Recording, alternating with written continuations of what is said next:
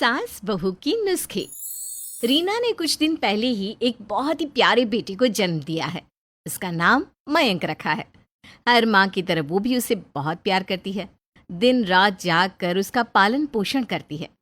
रीना की सास मधु भी मयंक से बहुत प्यार करती है, लेकिन मधु पुराने जमाने की है, तो वो हमेशा अपनी बहू को टोकती रहती।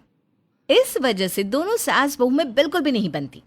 अब देखना यह है कि इस सास बहू में ऐसे ही चलता रहेगा या फिर इस समस्या का कोई समाधान भी निकलेगा।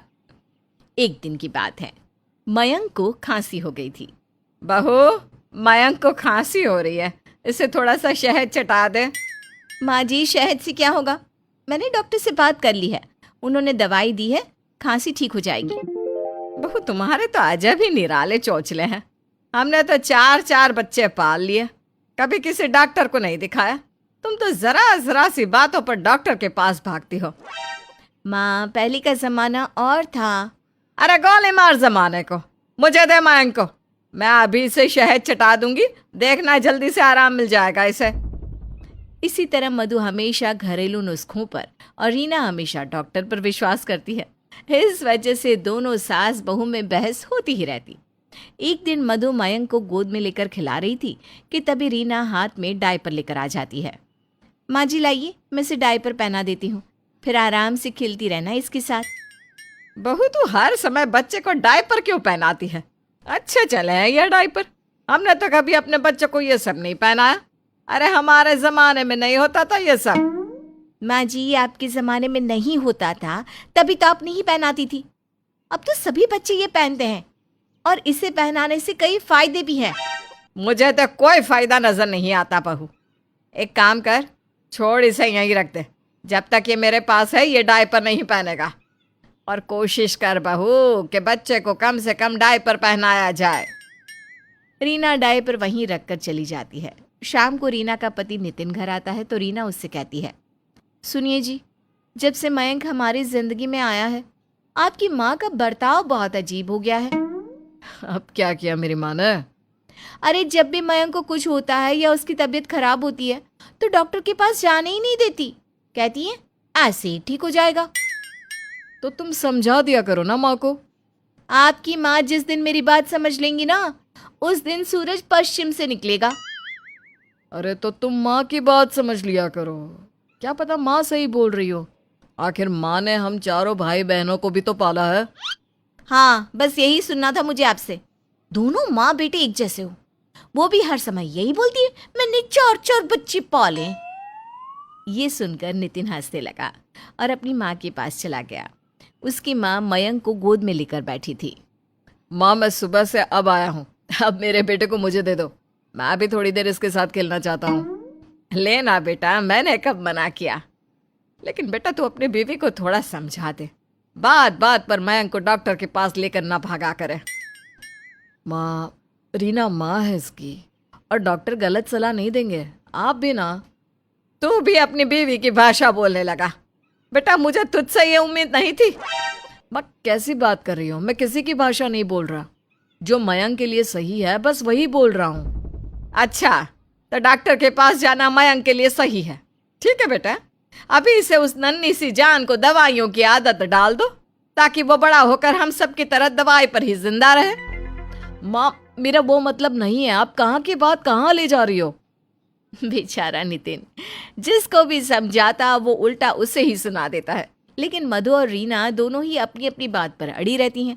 बच्चे को पालने का दोनों का ही तरीका अलग अलग था, जिस वजह से दोनों में ही बहस होती रहती है। एक दिन मधु मयंक को दाल का पानी पिला रही होती है। रीना को ये देखकर बहुत गुस्सा आता है। माँ जी, ये क्या कर रही हो आप? आंखों का इलाज करवा ले बहू, देख नहीं रहा दाल का पानी पिला रही हूँ। माँ जी, मयंक अभी बस 4 महीने का है।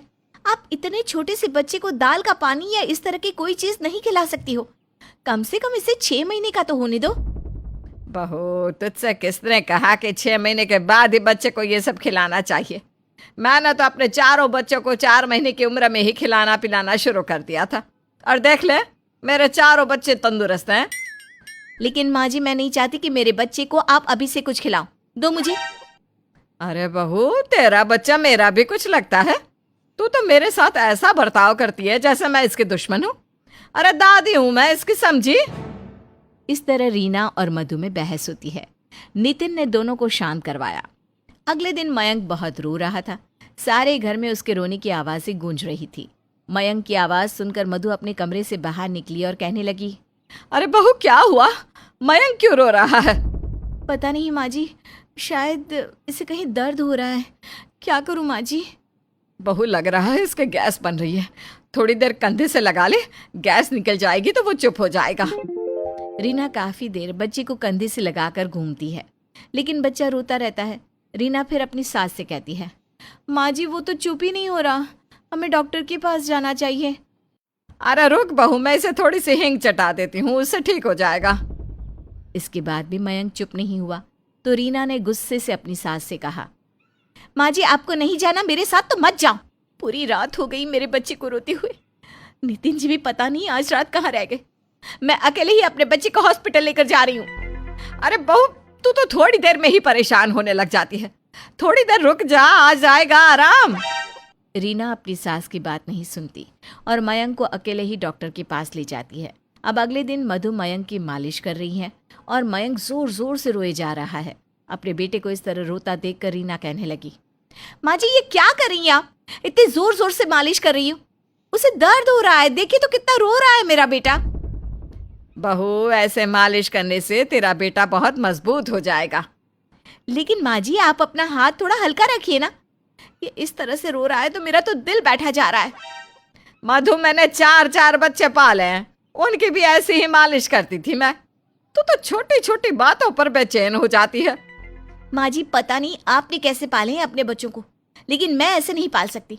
अब मुझे दो मेरे बेटे को। बहू कैसे क्या पाले हैं? जैसे सब पालते हैं वैसे ही पाला है। और तुम आजकल की लड़कियां मुझे सिखाओगी कि बच्चे कैसे पालते हैं? माँ जी बाद में पाल लेना जैसे पालना है, मैं अभी अपने बच्चे को लेकर जा रही हूँ। रीना जैसे ही बच्चे को लेकर जाती है वैसे ही वहां नितिन आ जाता है। मधु नितिन से कहती है, देख बेटा, तेरी बीवी मयंक को मेरे हाथों में से छीन कर ले गई। क्यों माँ, उसने ऐसा क्यों किया? अरे बेटा मैं उसकी मालिश कर रही थी, वो रोने लगा, बस इतनी सी बात थी। अब दुखी मत हो माँ, मैं अभी बात करता हूँ। रीना, रीना यहाँ आओ। तो क्यों इतनी जोर जोर से चिल्ला रहे हो? मैंने अभी मयंक को सुलाया है, उठ जाएगा वो। बहू तूने क्यों सुला दिया? मालिश करने के बाद नहलाते हैं बच्चे को। माँ जी आपने बेचारे को इतना रुलाया कि वो मेरी गोद में आते ही सो गया, रोते रोते थक गया शायद। अरे बच्चे तो एक पल में हंसते हैं तो दूसरे पल में रोने लग जाते हैं। इसका मतलब ये नहीं कि तू उसके रोने का सारा इल्जाम मुझ पर लगाएगी। माँ मैं बात कर रहा हूँ ना रीना से, अब क्यों बोल रही हो? चुप हो जाओ ना माँ। अरे चुप कर, मुझे बात करने दे इससे। मैं पूछ ही लूं ये चाहती क्या है। रीना तुम ही चुप हो जाओ, माँ गुस्से में है अभी। आप अलग हट जाइए, आज इस बात का फैसला हो ही जाए। हर रोज की किटकिट से अच्छा तो एक ही बार में बात को खत्म कर दो। रीना और मधु में घमासान लड़ाई शुरू हो गई। नितिन ने दोनों को चुप कराने की बहुत कोशिश की, लेकिन दोनों चुप होने का नाम ही नहीं ले रही है। बेचारा नितिन एक तरफ सर पर हाथ रखकर खड़ा है और घर में जिसके पीछे संग्राम छिड़ा था वो मयंक तो आराम से सो रहा है। हमारे प्यारे दर्शकों, अब आप हमें कमेंट करके बताओ कि मधु और रीना में से कौन सही है।